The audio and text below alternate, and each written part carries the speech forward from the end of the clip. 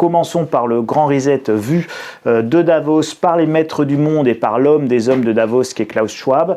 Et donc évidemment, on a ce grand reset. Alors je voulais juste vous montrer la matrice de Davos, vous n'allez pas bien la voir, mais je vais vous la décrire parce que c'est extrêmement dense et c'est écrit très petit, mais si vous allez sur, vous tapez WEF pour World Economic Forum, WEF sur votre moteur de recherche préféré, donc WEF suivi de Great, G-R-E-A-T, Reset, R-E-S-E-T, le tout en anglish dans le texte, et vous allez arriver sur une matrice World Economic Forum, Strategic Intelligence, et vous allez arriver sur la matrice du grand reset. C'est passionnant parce qu'effectivement, cette matrice, elle traite à peu près juste tous les thèmes, juste tous les thèmes, le futur de la mobilité, le futur de l'énergie, gender et parity, donc le genre et la parité, civic participation, donc la participation civique des gens, LGBTI et l'inclusion des LGBT, le racisme systémique, systémique racisme,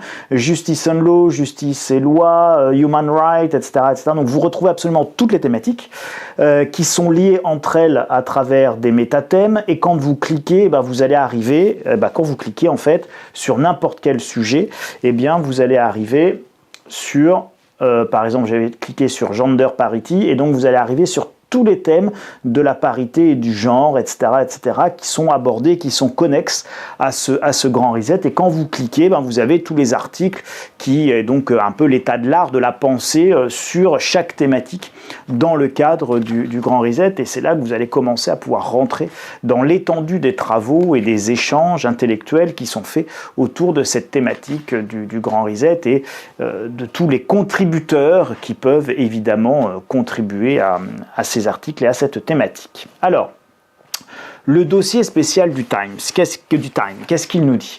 Il nous dit, il n'y a pas de S, l'économie doit être plus juste car se profile aussi un manque de besoin de main-d'œuvre massif en raison de l'automatisation. Le climat et le verdissement de l'économie permettent l'emploi des bras devenus inutiles, le développement de toutes les minorités possibles et imaginables, une gouvernance mondiale pour coordonner tout cela. Ça, vous voyez, ce sont les grandes thématiques qui ressortent en fait de ce dossier et qui ressortent de cette idée de grand reset. En fait. Le grand reset, c'est l'atomisation de la société en catégories de consommateurs. Et donc, on va vous demander, vous allez voir, c'est de plus en plus visible dans la dialectique et dans les codes langagiers que vous allez entendre dans les médias, que vous entendez déjà, mais que vous allez entendre dans les médias dans les mois qui viennent. Nancy Pelosi, par exemple, a commencé à se définir avant de prendre la parole. Elle a dit « Je m'adresse à vous ». Donc Nancy Pelosi, la démocrate, Chambre des représentants, l'équivalent un peu de notre président de l'Assemblée nationale en France. Elle se présente à la Chambre et elle s'adresse aux gens en disant « Je m'adresse à vous en tant que femme, grand-mère, fille ayant des enfants, une petite fille. » Voilà. Donc, elle est dans la catégorie de ceux qui se définissent comme étant une femme blanche, machin, etc. Et donc, toute cette dialectique, en fait, derrière, moi, j'y vois une forme de totalitarisme marchand et donc de segmentation quasiment marketing de la société. Et donc, on se définit plus en tant qu'être humain ou qu'individu appartenant au genre humain, mais comme individu appartenant à une communauté extrêmement ciblée, extrêmement segmentée. Ça va pas faciliter le dialogue, à mon sens, et l'inclusion, mais ça, c'est un autre débat. Mais enfin, vous verrez, c'est un sujet qui est effectivement très présent et qui sera très présent. Autre sujet extrêmement présent et fondamental dans ce grand reset, c'est évidemment le verdissement de l'économie. Alors, quel est l'objet du verdissement de l'économie? C'est compliqué, Je parlerai de 2023 après, j'avais commencé comme ça, mais et vous verrez, mais globalement, je pense que l'un des mobiles essentiels au verdissement de l'économie, c'est effectivement d'occuper des bras qui deviennent inutiles dans plein d'autres secteurs où l'automatisation ou l'informatisation vont faire des ravages, font déjà des ravages, mais vont en faire encore plus. Et donc, il va bien falloir occuper les gens. Et donc, comment va-t-on occuper les gens? Comment va-t-on occuper les bras inutiles? Eh bien, dans le Grand Reset, il n'y a pas le revenu universel. Hein, j'en profite, il n'y a pas le revenu universel. Dans le Grand Reset, il y a le verdissement de l'économie. Et donc, en gros, le fait de créer des emplois dans de l'économie verte, qui est une économie quasiment administrée, et j'ai l'impression vraiment pour occuper les gens, et vers lequel on va drainer des fonds publics, de la fiscalité, et dans lequel on va créer de manière volontaire du travail. Alors moi, j'y suis pas fondamentalement opposé, parce que je pense que le revenu universel n'est pas une bonne chose, et moi je suis favorable à ce qu'on appelle le droit opposable au travail, c'est-à-dire que chaque personne doit avoir droit à un travail, à une dignité, à un rôle, à un sens dans la société, et que c'est ça qui fait grandir les gens, le fait de sortir, d'avoir des collègues, d'avoir aussi parfois des contraintes, bref, sociabilisation dont nous avons besoin en tant qu'individu et en tant qu'être humain, beaucoup plus que d'être enfermé toute la journée chez nous, que ce soit dans des confinements ou dans des couvre-feux. Le développement, une gouvernance mondiale, bon bah évidemment la gouvernance mondiale, alors ça c'est la tarte à la crème et ça revient systématiquement à la gouvernance mondiale. Donc qui dit gouvernance mondiale dit fin du contrôle démocratique direct des peuples, hein, soyons très très clairs. La démocratie ne peut fonctionner que dans un cadre relativement restreint qui est celui d'une région, d'une nation. Bon. Mais la démocratie au niveau de la gouvernance mondiale, si vous voulez, la France, 1% des habitants de la planète, qu'est-ce que vous voulez que l'on pèse dans le cadre d'une gouvernance mondiale? Donc ça veut dire que la gouvernance mondiale, les décisions prises là-haut dans l'entité de la gouvernance mondiale, ça va s'imposer à nous, qu'on soit d'accord, pas d'accord, c'est comme ça, circuler, il n'y a rien à voir, terminé. La démocratie quoi? Ah la démocratie, non mais ça c'est fini, c'est plus qu'un vieux souvenir. Donc la gouvernance mondiale, c'est pas beau. La gouvernance mondiale, c'est la négation de la démocratie, de la représentativité et donc de la capacité souveraine à décider d'un avenir commun au sein d'une nation. Et donc on reprend d'ailleurs, on reboucle avec la notion de segmentation, de minorité, de vous amener à vous définir non pas en tant que individu, être humain de nationalité espagnole, mais un LGBT français qui a plus de rapports et de points en commun avec le LGBT américain et espagnol qu'avec son concitoyen français d'une autre segmentation avec qui il serait par exemple en rivalité. Alors vous pouvez multiplier les trucs, je m'adresse à vous en tant que vegan, machin, etc. Et en face j'ai les mangeurs de viande et les viandards chasseurs, et donc évidemment on se tape dessus.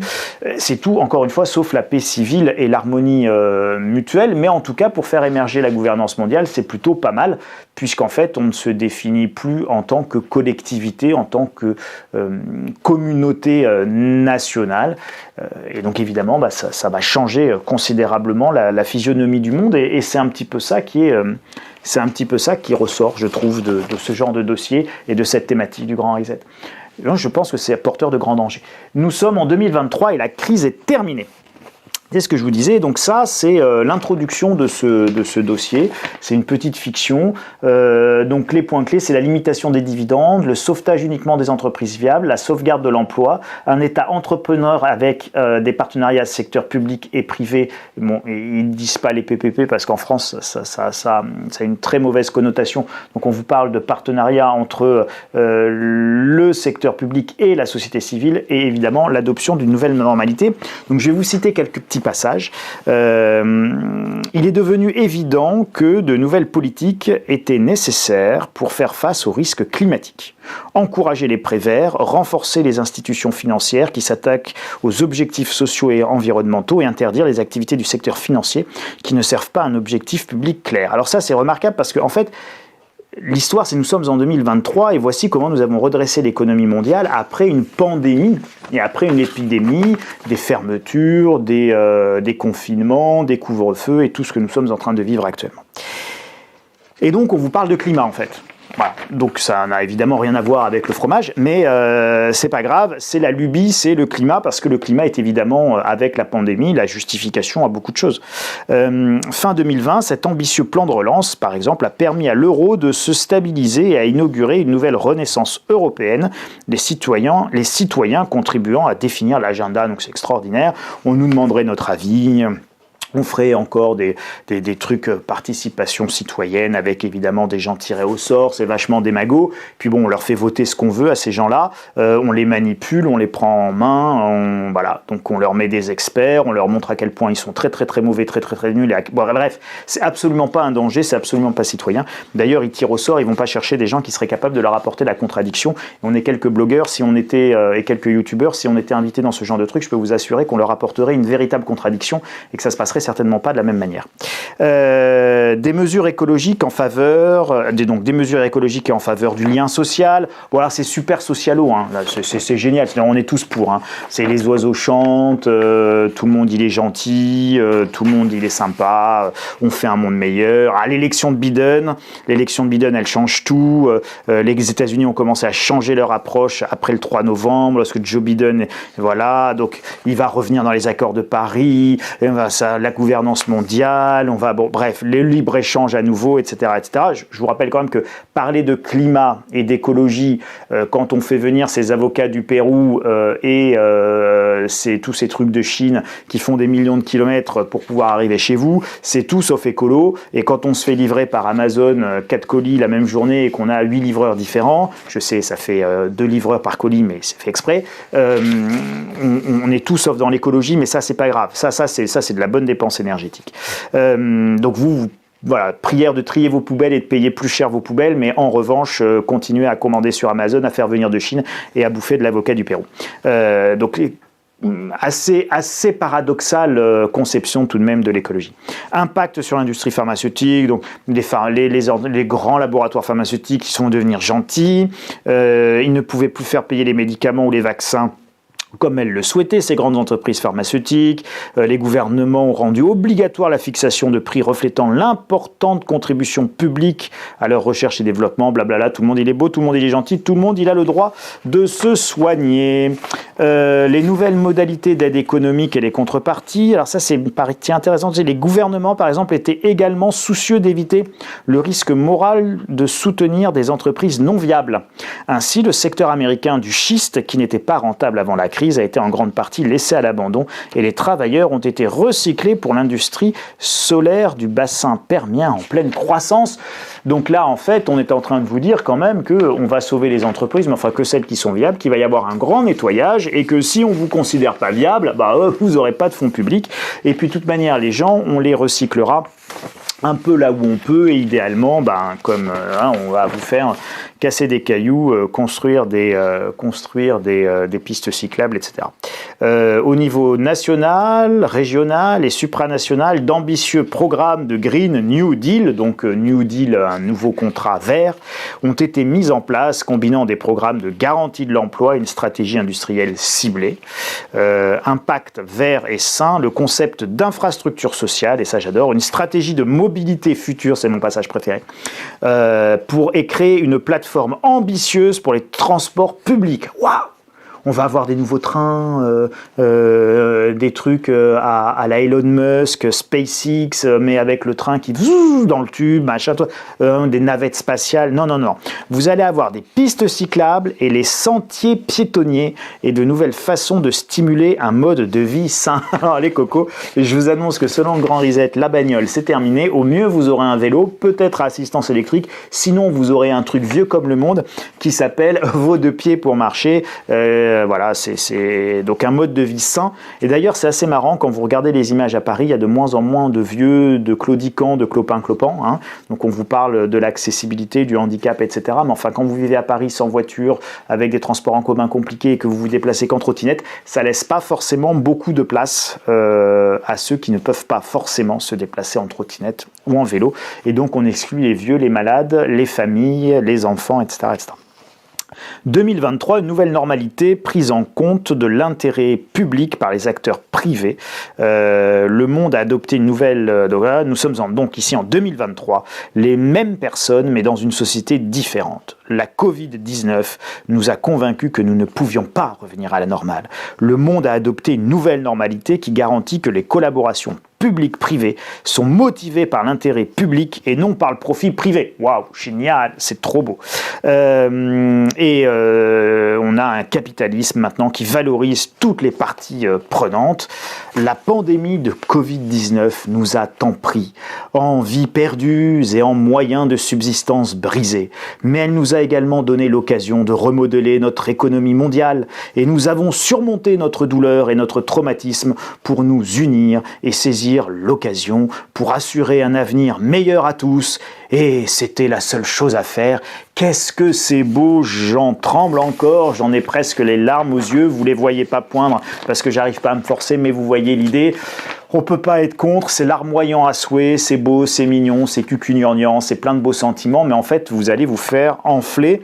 Et quand on regarde bien, c'est en réalité un discours qui est véhiculé, ce grand reset, et c'est un discours très socialisant, donc très agréable à entendre pour les foules. On va prendre soin de vous, on va pas vous laisser tomber, on va faire attention, le capitalisme inclusif, machin, etc. Bien sûr. Et donc après, dans ce grand reset, on a, est-ce que j'en parle ici, la petite fiction de 2023. Donc là, je voulais résumer un petit peu ici. Je vous ai mis les grands thèmes. On en parle, j'en parle ici. Georgieva, la patronne du FMI, qui a remplacé Christine Lagarde et qui donc dans ce dossier du grand reset du Time fait évidemment une interview. Et donc je vous lis juste un petit passage, là aussi je vous en donne lecture. Je considère le capitalisme comme un système économique efficace, efficient et rationnel. Donc comprenez bien que même si on vous socialise le discours, on ne va sans doute pas vous socialiser le système en lui-même. Cependant, les marchés ne sont pas parfaits. Les marchés à eux seuls ne nous mèneront pas sur une voie à faible émission de carbone et résistance au climat. Ouais, d'accord. Donc on reparle encore du verdissement de l'économie et du carbone. Le carbone étant qu'un des sujets globaux sur l'environnement, sur les ressources, sur les matières premières, sur la pollution. Le carbone ne vous file pas un cancer des poumons, contrairement aux particules fines. Donc si vous voulez, il y a énormément de sujets à aborder sur le climat en dehors du carbone. Les pesticides, les insecticides, l'effondrement de la biodiversité et tout ce qui s'ensuit. Et tout ça, c'est absolument pas lié au sujet du carbone. Carbone, c'est le réchauffement, et le réchauffement, c'est qu'un élément parmi d'autres de la protection du climat et de l'écologie. Donc le carbone, en faire l'alpha et l'oméga, est une aberration intellectuelle. Il ne s'agit même pas d'être pour ou contre, d'être anti-réchauffiste ou pro-réchauffiste, c'est pas le sujet. Le sujet, c'est que l'environnement et la protection de l'environnement est un sujet bien plus vaste que le thème unique de la production de carbone. Nous devons donc mettre en place des politiques qui corrigent ces imperfections de marché. Un autre aspect du capitalisme qui ne se corrigera pas sans intervention politique est la lutte contre les inégalités, la fameuse lutte donc contre les inégalités dont on vous parle depuis à peu près 40 ans. Et donc, on demande à Kristalina Georgieva, alors comment qu'on fait pour lutter contre les inégalités, parce que c'est quand même pas facile de lutter contre les inégalités. Comment tu fais, Georgieva? Eh bien, c'est simple, répond-elle. Le premier et le plus important de ces éléments est l'accès aux opportunités. On est d'accord. À une éducation, à des soins de santé, à une protection sociale de qualité. Alors ça c'est drôle parce que en France par exemple, l'éducation on est en train de la détruire consciencieusement, les soins de santé on est en train de détruire et réduire les lits d'hôpitaux, et la protection sociale de qualité on est évidemment en train de la réduire de manière absolument drastique et on la détricote. Donc en fait, on vous dit qu'il faut plus de ça, mais dans le même temps, les faits vous montrent qu'on fait évidemment exactement l'inverse. Mais rassurez-vous, vous allez tous quand même payer plus d'impôts parce que c'est ça quand même l'objectif ultime. Et elle conclut une plus grande proportionnalité. Le fonds a délivré, donc le Fonds monétaire, a délivré un message très clair. Une plus grande proportionnalité de la fiscalité à l'heure actuelle peut soutenir la croissance et non lui nuire. Et donc, nous allons vous augmenter les impôts parce qu'il va bien falloir la payer, la crise, et qu'en fait, on va vous tarter, mais l'important, c'est que vous ne le sentiez pas venir. Donc, pour que vous ne le sentiez pas venir, on vous fait des beaux discours. Et ce grand reset, à mon sens, c'est aussi des beaux discours. En tout cas, c'est un peu la sensation que ça me laisse amère, une sensation de grand discours qui nous amène en tout cas à acheter cette gouvernance mondiale, cette évolution vers encore plus de mondialisme, vers plus de globalisation, qui à mon sens sont des objectifs qui de toute manière vont à l'encontre de la protection par exemple de l'environnement, puisqu'encore une fois le circuit court qui protège l'environnement, c'est la négation même de la mondialisation. Donc vous ne pouvez pas faire circuit court et mondialisation dans le même temps, faire venir les avocats du Pérou et dire aux gens maintenant n'achetez que des blettes et des choux-fleurs de Bretagne, parce que en termes d'empreinte carbone, c'est quand même beaucoup mieux pour l'environnement.